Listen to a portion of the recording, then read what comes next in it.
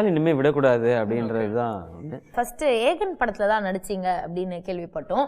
அதுவும் அஜித் சாரோட நடிக்கும் போது ஃபர்ஸ்ட் எடுத்தோடனே நம்ம அஜித் சாரோட நடிக்கிறோமே அப்படின்னும் போது எப்படி நீங்க ஃபீல் பண்ணீங்க? நம்ம பார்க்கும்போது ஒரு இப்போ ஹீரோ அப்படின்னு சொல்லிட்டு இப்போ என்னையெல்லாம் வந்து ஹீரோன்னுலாம் சொல்கிறாங்க இல்லையா, அதை தாண்டி ஹீரோ அப்படின்னா சில விஷயங்கள் இருக்குது. எல்லாருமே அவரை வந்து ஒரு ஹீரோவாக பார்க்கணும், அந்த மாதிரி கேட்டகரியில் இருக்க ஒரு பெரிய ஸ்டார் அஜித் சார். அவரோட படம் அப்படின்னும் போது அது வந்து நான் பண்ண அந்த காமெடி ஷோலேருந்து ஒரு எபிசோடு பார்த்துட்டு தான் அந்த படத்தில் ஒர்க் பண்ண ஒரு அசோசியேட் டைரக்டர் சார், நல்ல மனுஷன் அவர். டே ஷூட்டிங் போனோம், அஜித் சார் வந்து பார்க்க போகிறோம் அப்படின்னு சொல்லிட்டு பார்த்தா பயங்கர பிரமிப்பு. அதாவது அப்படி ஒரு கலர், ஒரு தகதகன் மின்றாரு. ஏன் வந்து அவர் ஸ்க்ரீனில் பார்க்கும்போது அவ்வளோ கிரேஸ் இருக்குன்றது அப்போ தான் வந்து என்னால் உணர முடிஞ்சது. அண்ட் அவரோட சீன் எப்போ நம்ம நடிக்க போகிறோம் அப்படின்னு வெயிட் பண்ணிட்டே இருந்தோம். அண்ட் ஒரு 4-5 days ஆச்சு, சும்மா சுற்றிட்டே இருந்தோம் ஷூட்டிங் ஸ்பாட்லேயே. கூப்பிட்டு ஏய் கம்மன் இன்னைக்கு உனக்கு சீன் எடுக்கலாம், ஏதாவது பண்ணலாமா அப்படிலாம் சொல்லி கேட்டு இந்த சீன் தான் பண்ணோம் அப்படின்னு சொன்னார்.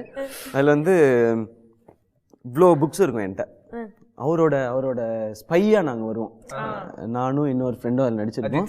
ஆமாம், அது வந்து நாங்கள் வெளியே காட்டிக்கூடாது, ஸ்பைன் போது வெளியே தெரியக்கூடாது இல்லையா.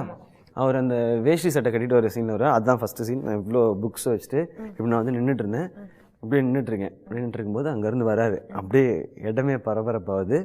நேராக அப்படியே வந்துட்டு நான் இதை வச்சுட்டு எப்படி எனக்கு கை கொடுக்க முடியல, அதுன்னா ஹலோ அப்படின்னு சொல்ல வர, நேராக வந்து ஹலோ சிவா அப்படின்னாரு. அப்படியே ஷாக்கு. அவர் வந்து பேரை சொல்கிறாரு அப்படின்றது எப்படியே வச்சுட்டு சார் இருக்கு, இட்ஸ் ஓகே அப்படின்னு சொல்லிட்டு I've heard lot about you அப்படின்னாரு. ஐயோ இப்படி ஆயிடுச்சே அப்படின்னு சொல்லிட்டு நம்ம இதெல்லாம் பார்த்துருக்காரான்னு சொல்லி பயங்கர சந்தோஷம் எனக்கு. அந்த ஏகன் படம் அதுக்கப்புறம் ஸ்கிரிப்டில் நிறைய சேஞ்சஸ் இருந்தது, படத்தில் நிறையா விஷயங்கள் நடந்தது, அதனால் நான் வந்து கண்டினியூ பண்ண முடியல அந்த ஒரு நாள் நடித்ததோடு சரி. பட் அது வந்து மறக்க முடியாத ஒரு மூமெண்ட். அதுக்கப்புறம் அவர் நிறையா விஷயங்கள் சொன்னார், எப்படி உங்களுக்கு சம்பளம்லாம் நல்லா கொடுக்குறாங்களா, அதெல்லாம் அவ்வளோ பொறுமையாக. ஏன்னா எங்களுக்கு ஷார்ட் ரெடியாகிற வரைக்கும் எங்கிட்ட தான் ரொம்ப நேரம் பேசியிருந்தார். ஒரு 20 minutes பேசிகிட்டு இருந்திருப்போம். அதெல்லாம் கேட்டார், ஃபேமிலியில் என்ன பண்ணுறாங்க, என்ன சேவ் பண்ணுங்கள் நிறையா மணியை, பணம் ரொம்ப முக்கியம், யாருக்காவது உதவி செய்யணும்னு வச்சிங்கனாலும் இப்போதைக்கு கொஞ்சமாக உதவி செய்யுங்க, உங்களை சேவ் பண்ணிக்கங்க, அந்த மாதிரி விஷயங்கள்லாம் சொன்னார். அதை இன்னை வரைக்கும் ஃபாலோ பண்ணியிருக்கீங்க. உதவி செய்யறது அப்படின்னு சொன்னோன்னே இந்த கண்டிப்பாக நான் கேட்டே ஆகணும். அந்த ஒரு